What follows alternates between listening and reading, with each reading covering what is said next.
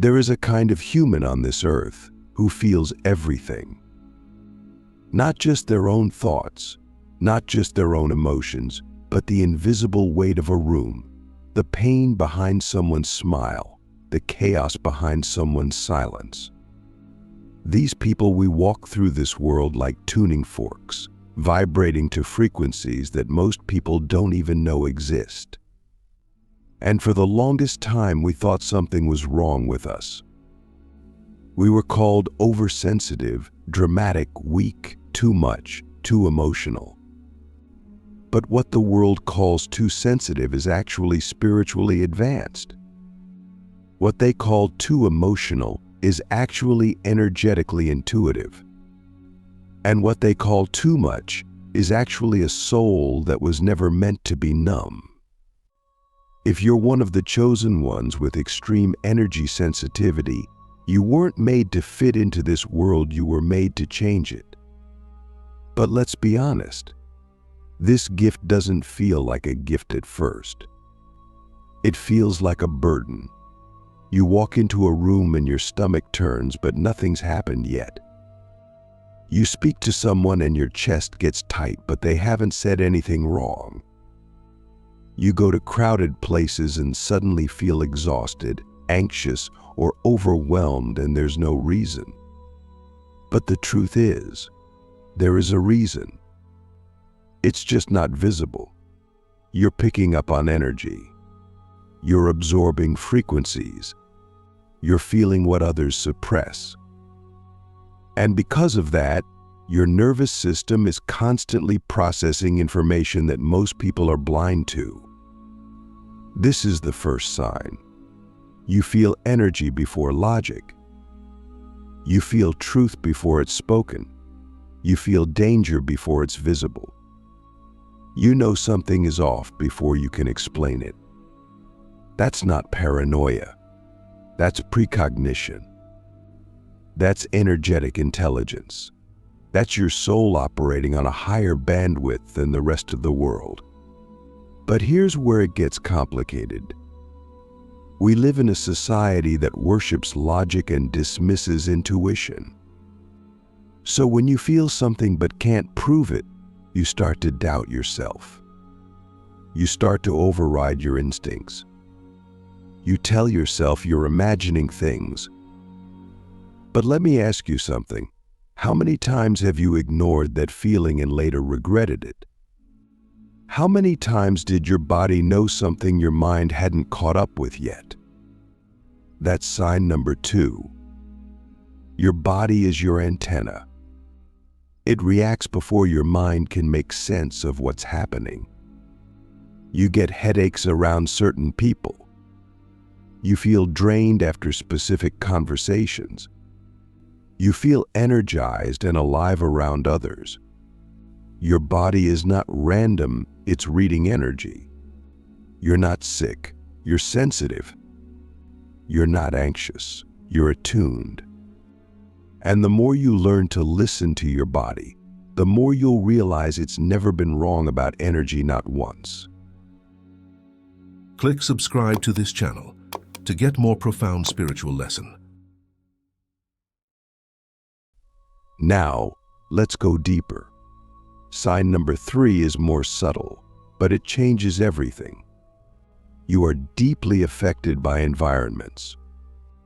You can walk into a house, a store, or a city, and within seconds you know whether the energy is light or heavy, safe or toxic. You don't need to be told. You feel it. You feel the residue of arguments in a room. You feel the presence of unresolved grief in a space. You feel the weight of collective fear in certain public places. And because of that, you often feel like you don't belong anywhere. You feel out of place in groups, even when you're loved. You feel like you're carrying things that aren't yours. And guess what? You are. Because energy doesn't respect physical boundaries, it moves through vibration. And your field is wide open. Not because you're weak, but because you're receptive. You were born with a field that absorbs, mirrors, and even transmutes energy. That's why people feel better after talking to you. That's why strangers tell you their life story. That's why others feel grounded in your presence, because your field is doing the spiritual labor without you even realizing it. But here's the danger. If you don't learn to protect your energy, you'll burn out. You'll confuse other people's emotions for your own. You'll carry trauma that doesn't belong to you. You'll try to heal people by absorbing their pain, and you'll end up sick, anxious, depressed, or emotionally overwhelmed. That leads us to sign 4. You struggle to tell the difference between what's yours and what's not. You feel sad and you don't know why. You feel angry, then realize you were with someone angry. You feel heavy after visiting someone who's struggling and you think it's your problem. But it's not. You're just mirroring. You're just feeling. You're just sensitive. And sensitivity is not a flaw, it's a superpower. But only if it's trained. Only if it's protected. Only if you learn how to clear your field, set energetic boundaries, and stop leaking your power to everyone you meet. Let me ask you something brutally honest. How much of your emotional exhaustion is actually caused by energy you've absorbed from others? How much of your mental fog is the result of energetic clutter, not personal failure? The answer might shock you. Because we've been taught to treat symptoms: anxiety, fatigue, overwhelm, without ever addressing the cause. But the cause for chosen ones like us is almost always energetic overload. We're not broken, we're flooded. And the world doesn't even recognize it because they don't feel what we feel. But we know, we've always known. And that's sign 5, you've always felt different. Even as a child, you noticed things others missed. You were sensitive to tone, to intention, to energy. You could tell when someone was lying, even if their words were perfect. You could feel the sadness behind someone's smile. You could sense danger in situations adults told you were safe. You were never blind. You were just surrounded by people who couldn't see. And that's the wound of the sensitive soul.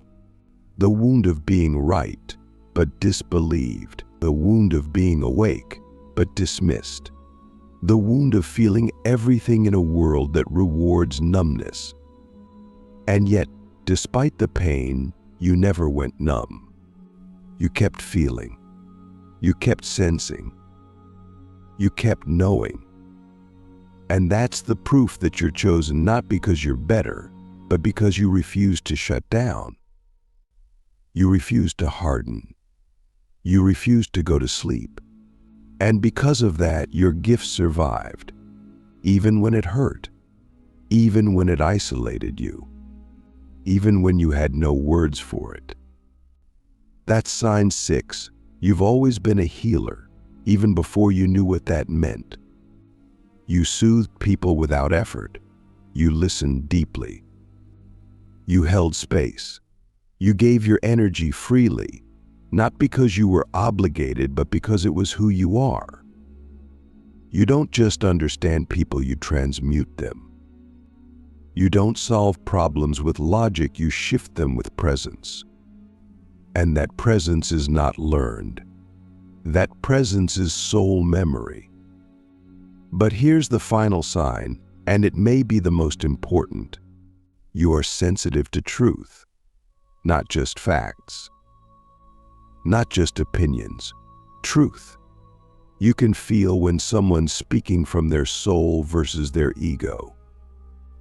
You can feel when someone's words are polished but hollow. You can feel when a teaching is real, even if it contradicts everything you've been taught. You are sensitive to authenticity. And that's why you struggle in environments that are performative, shallow, or spiritually bypassed. Because your soul is allergic to fakery. And this can make you feel like an outsider in spiritual communities.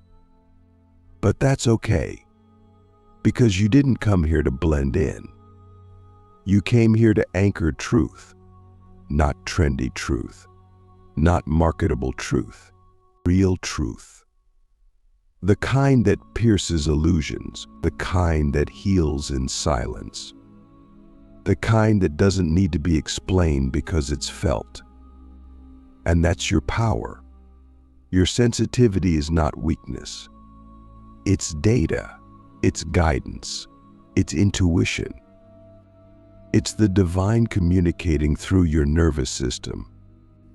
And the more you embrace it, the more powerful you become. Not in an egoic way, but in a soulful way.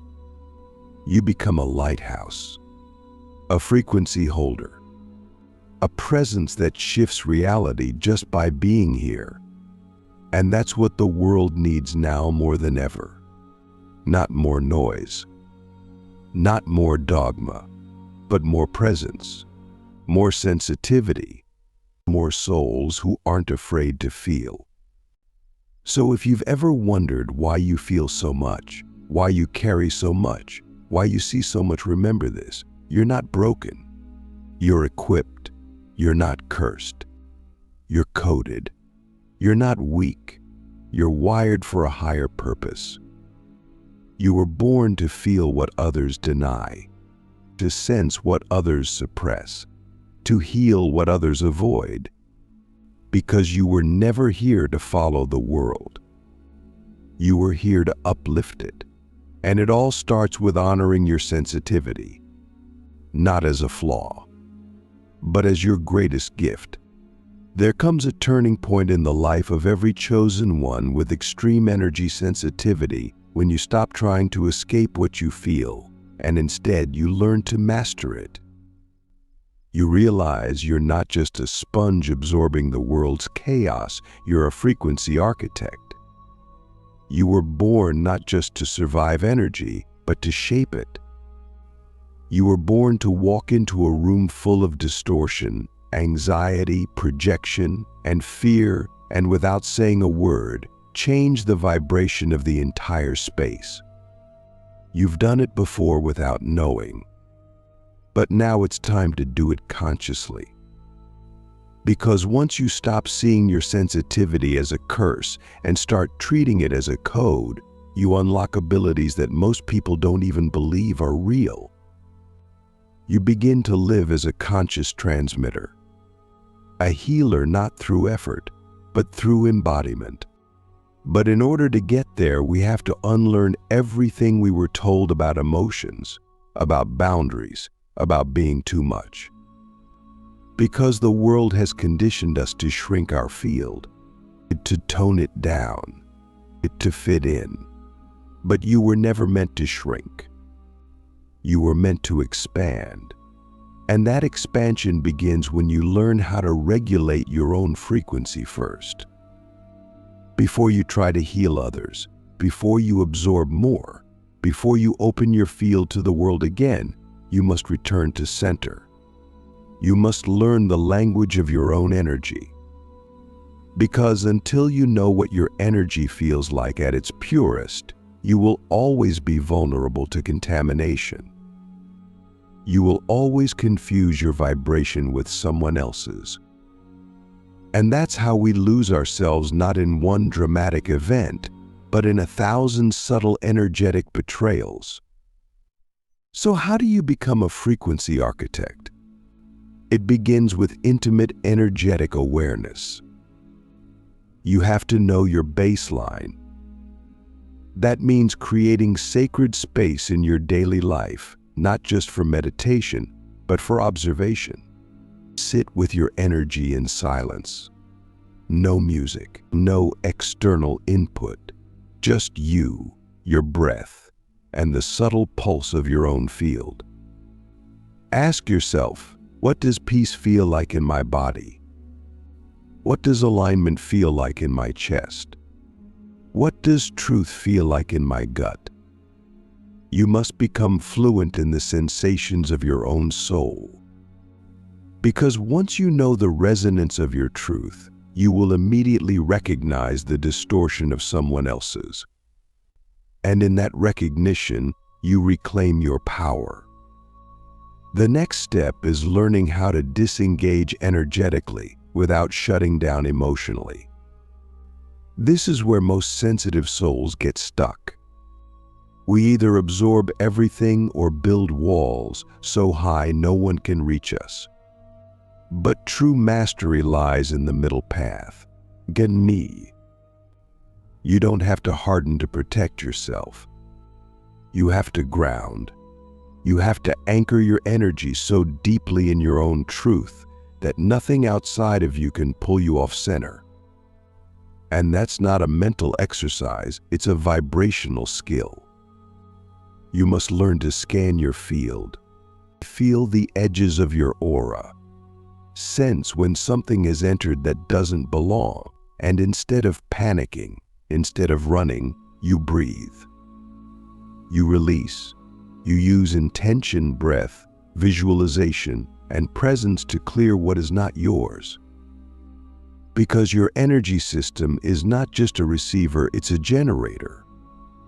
You can purify your field. You can reset your vibration. You can transmute what others carry not by absorbing it, but by alchemizing it. Let me be clear, this is not about becoming everyone's healer. In fact, the more you master your energy, the less you will try to fix others. Because you realize healing doesn't happen through force, it happens through coherence. When your field is coherent, when your frequency is aligned, people naturally begin to recalibrate in your presence. Not because you're doing anything to them, but because you're holding a stable vibration they forgot was possible. You become a tuning fork for truth. And that's how real healing happens. Not through control, but through resonance. But let's go deeper. Because none of this matters if you don't have boundaries. And I don't mean boundaries as in just saying no. I mean energetic boundaries. Do you know how to close your field? Do you know how to shut down your empathic channels when you're overwhelmed? Do you know how to say, "This is not mine," and actually release it on a cellular level? Most people try to do this with affirmations or mental mantras. But you need to go deeper. You need to engage the body, the breath, the emotion. You need to create rituals that cleanse your energy every single day. Not just when you're burnt out, not just when it's convenient. Every day. Because your sensitivity is like a sacred instrument. And if you don't tune it, it becomes noise. But if you do tune it, it becomes music that the soul of the world responds to. Let me ask you something, and sit with this deeply. What would your life look like if you treated your energy field as the most sacred space you'll ever occupy? What would change if you stopped trying to explain your sensitivity and started honoring it? What would happen if you stopped apologizing for what you feel and started trusting it completely? That's the shift. That's the moment you stop surviving sensitivity and start leading with it. Because the world doesn't need more people who are numb, disconnected, or desensitized.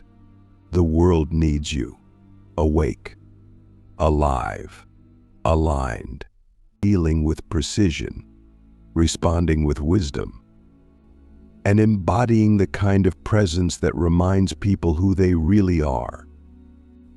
And here's the final key. Once you've learned how to regulate your own energy, you can begin to shape the energy of the spaces you enter. This is your true power. You walk into a room and instantly feel the tension. Most people tighten up, but you breathe it in. You ground. You expand your field. You radiate coherence. You anchor peace. You don't do this by force, you do it by being. And without even speaking, the room begins to shift. The anxiety lowers. The posturing softens. The masks begin to fall. Because your energy is now in command not of people, but of the field. And the field responds to coherence like a plant to sunlight. This is not magic. It's resonance. And you were born to master it. You don't need to be loud to shift energy. You don't need to be the center of attention. You simply need to be clear. Because clarity is contagious. And when your field is clear, your presence becomes a permission slip, a signal, a beacon. You become the one people don't know why they feel better around, but they do. You become the one who doesn't say much, but whose silence cuts through noise. You become the one who doesn't perform healing but embodies it. And that is the highest service any of us can offer. Not to fix, not to save, but to become so aligned in our own energy that we naturally elevate the vibration of every space we enter. That is the destiny of the chosen ones with extreme energy sensitivity. Not to be victims of what we feel, but to become masters of it. Not to protect ourselves by shrinking, but to protect ourselves by expanding. Not to carry the weight of the world, but to anchor the light that transforms it. This is not a fantasy. It's a skill, a path, a discipline. And it begins the moment you stop running from what you feel and start training it. Because when your sensitivity is trained, it becomes power. When your emotions are integrated, they become guides. When your field is clear, your presence becomes medicine. And when your soul is in command, your life becomes a frequency of liberation. You are not too much. You're exactly enough. You are not broken. You are precisely tuned. You are not lost. You are deeply sentient. And the more you honor that, the more your gift becomes your path, your protection, and your purpose. There is a kind of leadership emerging on this planet that defies every traditional definition. It doesn't scream. It doesn't dominate. It doesn't posture for power or visibility. It's not about hierarchy, control, or charisma. It's about frequency. It's about presence. It's about a new kind of intelligence, energetic intelligence. And those who carry it are often the ones who've spent a lifetime hiding it, doubting it, even suffering because of it. But now, something is shifting. The world is finally beginning to understand that the most sensitive souls, the ones who feel everything, who cry easily, who get overwhelmed in crowds, who can't lie to themselves, even if they tried, these are the real leaders of the new earth. Not because they take charge in the old way, but because they transform reality with their presence. You and I, we've always known this on some level. We've always felt the truth in our bones, even when our minds couldn't make sense of it. We knew we didn't belong in systems designed for numbness. We knew we weren't here to compete, to conform, to perform. We were here to feel, to sense, to mirror back what others have forgotten. And that's why we were born with extreme energy sensitivity, not as punishment, but as preparation. Because you can't lead in the new world if you're desensitized to the human experience. You can't embody higher wisdom if you're disconnected from the subtle. You can't be a bridge between worlds if you're trapped in one frequency. You have to feel it all, You have to see it all. And you have to transmute it in real time. That's why you're sensitive. That's why you've always been sensitive. Because your nervous system was built for multidimensional perception. Let's take this deeper. True leadership in this new paradigm isn't about having all the answers. It's about holding the space where the truth can surface. It's about becoming so present, so grounded, so energetically aligned that people drop their masks in your presence, not because you told them to, but because your frequency made it safe. And that's the quiet miracle of sensitive souls. We don't lead by force. We lead by invitation. We lead by resonance. We lead by remembering what it means to be fully human and refusing to abandon that softness no matter how harsh the world becomes. But to truly lead this way, we have to stop apologizing for what we feel. We have to stop hiding our tears, our tremors, our truth. We have to stop gaslighting ourselves just to make others comfortable. Because every time we deny our sensitivity, we deny our superpower. Every time we shrink our field, we distort our gift. Every time we play small to avoid conflict, we rob the world of our medicine. And the world needs our medicine. It needs our eyes that see what's not said, our hearts that feel what's not shown, our bodies that pick up on energy before words are spoken. We are not here to toughen up. We are here to tune in.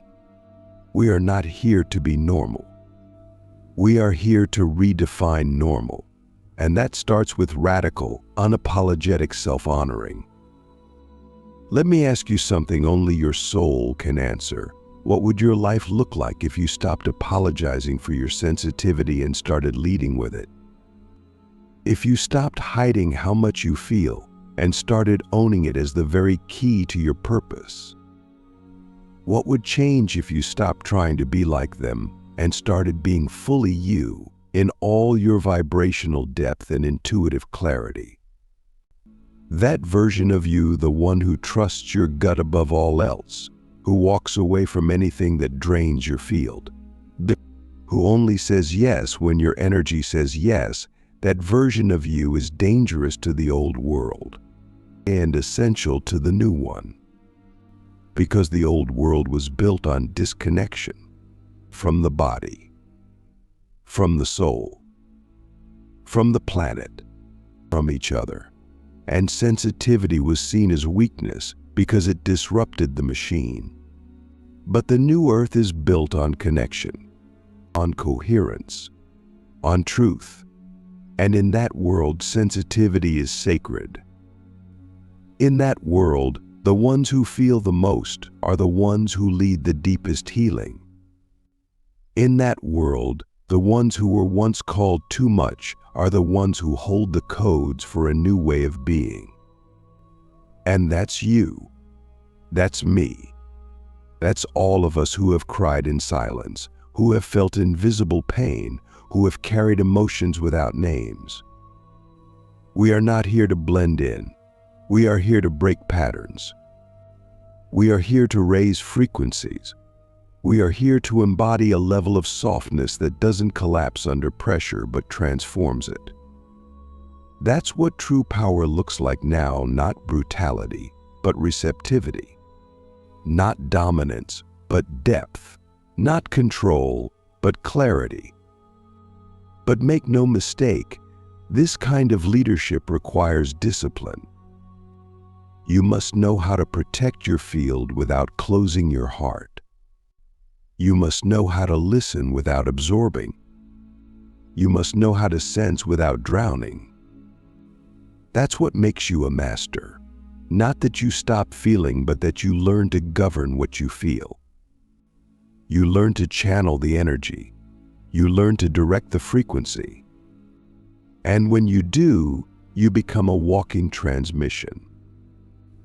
Not because you're trying to be one, but because you've remembered what you really are. And what are you, really? You are a soul encoded with the ability to shift timelines just by holding a higher frequency. You are a nervous system designed to sense the unspoken and transmute the unseen. You are a consciousness that walks in multiple layers of reality simultaneously. You are a heart that refuses to close, even when it's been broken. You are a light that doesn't blind but reveals. You are the bridge between the visible and the invisible, the known and the unknown, logic and the mystery. And every time you choose presence over performance, every time you choose alignment over approval, every time you choose energy over ego, you lead. And yes, it will be lonely sometimes. Yes, you'll be misunderstood. Yes, you'll feel the weight of being awake in a sleeping world. But you didn't come here for comfort. You came here for truth. You came here to anchor a new way of being. And the moment you stop waiting for others to validate your path is the moment you become unstoppable. Because leadership is not about permission, it's about presence. And your presence, when fully embodied, is enough to shift entire rooms, relationships, and realities. So, sensitive soul, it's time to rise, not by becoming louder, not by becoming tougher, but by becoming deeper, more attuned, more embodied, more you. It's time to stop surviving your sensitivity and start leading with it. Because your gift is not just to feel. Your gift is to transmit, to amplify, or to awaken. And the world is ready. You are ready. The new earth is not coming, it's arriving through you. You are not here to be protected. You are here to be activated. You are not here to be understood. You are here to embody understanding. You are not here to be normal. You are here to be the new standard. And every time you honor your sensitivity, you become the very thing the world has been praying for, not louder voices, but clearer frequencies. You are the new earth walking. You are the frequency becoming form. You are the light beyond logic. And your sensitivity is not just a gift, it's the pathway home.